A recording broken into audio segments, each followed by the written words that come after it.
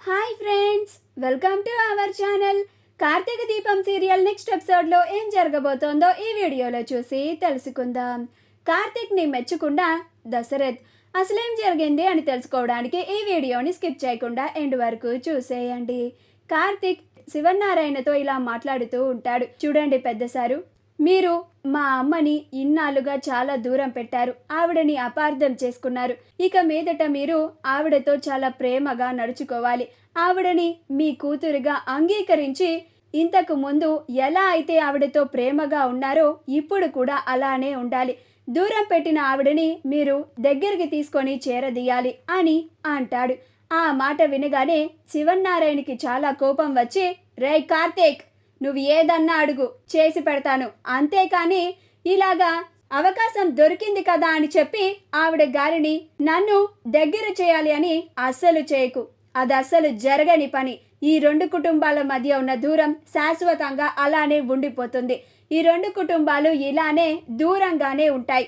ఆ దూరం ఎప్పటికీ చెరిగిపోదు. ఇదంతా మీరు చేసుకున్నదే అని అంటాడు. అప్పుడు కార్తీక్, మీరే కదా పెద్ద సారు, నేను ఏది అడిగితే అది చేస్తానన్నారు. నేను అడిగినట్టుగా మా అమ్మని ఎలాంటి తప్పు లేదు అని మీరు క్షమించాలి. నిజానికి ఆవిడ మీ నుంచి ఏమీ కోరుకోవడం లేదు పెద్ద సారు. ఒక తండ్రి ప్రేమ, అన్నయ్య ప్రేమ, వదిన ప్రేమ, తన వాళ్ళు తనతో ఉండాలని అనుకుంటుంది అంతే అని అంటాడు. అప్పుడు పారిజాతం, నేను ముందు నుంచే అనుకుంటూనే ఉన్నానురా, నువ్వు ఇలాంటిదేదో అడుగుతావని అని అంటుంది. అప్పుడు కార్తీక్, నేనేమన్నా ఆస్తి అడిగానా పారు? మా అమ్మకి తన పుట్టింటి అండ కావాలి అని అడిగాను అంతే అని అంటాడు. అప్పుడు శివనారాయణ, నీకు అలానే ఉంటుందిరా, కానీ మీరు చేసిన పనుల వల్ల మేము ఎంతలాగా బాధపడ్డామో, మా పరువు ఎంతలాగా పోయిందో అది మాకు మాత్రమే తెలుసు. ఎందుకంటే పడే వాళ్ళకే ఆ బాధ తెలుస్తుంది కదా. మీరేముంది, మాటలు చాలా తేలిగ్గా మాట్లాడతారా మీరు అసలు బంధాలకి ఎప్పుడు విలువిచ్చారా అని అంటాడు. అప్పుడు కార్తీక్, మేము ఎప్పుడు కూడా బంధాలు పోగొట్టుకోవాలని కానీ బంధాలని దూరం చేసుకోవాలని కానీ ఎప్పుడూ కూడా ప్రవర్తించలేదు పెద్ద సారు అని అంటాడు. అప్పుడు దశరథ్, నాన్న, నువ్వు చెప్పినట్టుగా మాట ఇచ్చిన ప్రకారం నువ్వు చెల్లిని దగ్గరికి తీసుకోవాల్సిందే. లేకపోతే నువ్వు ఇచ్చిన మాట తప్పునట్టు అవుతుంది. చెల్లి నిజానికి మన నుండి ఏమీ కోరుకోవడం లేదు నాన్న. కార్తీక్ చెప్పింది నిజానికి 100% నిజం అని అంటాడు. అప్పుడు శివనారాయణ, దశరథ, నీకు వీళ్ళ గురించి తెలియదు అని అంటాడు. అప్పుడు దశరథ్, నిజానికి నేను కార్తీక్ అగ్రిమెంట్ని క్యాన్సిల్ చేయమని అడుగుతాడేమో అనుకున్నాను. కానీ వాడి కోసం ఒక్కటి కూడా అడగలేదు.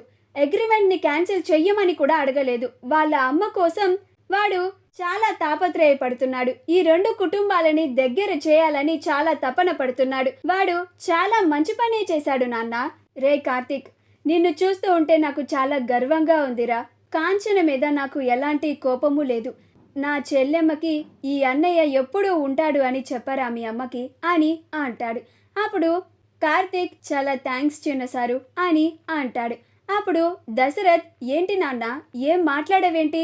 కార్తీక్ అడిగిన దానికి నువ్వేం సమాధానం చెప్పవేంటి నాన్న?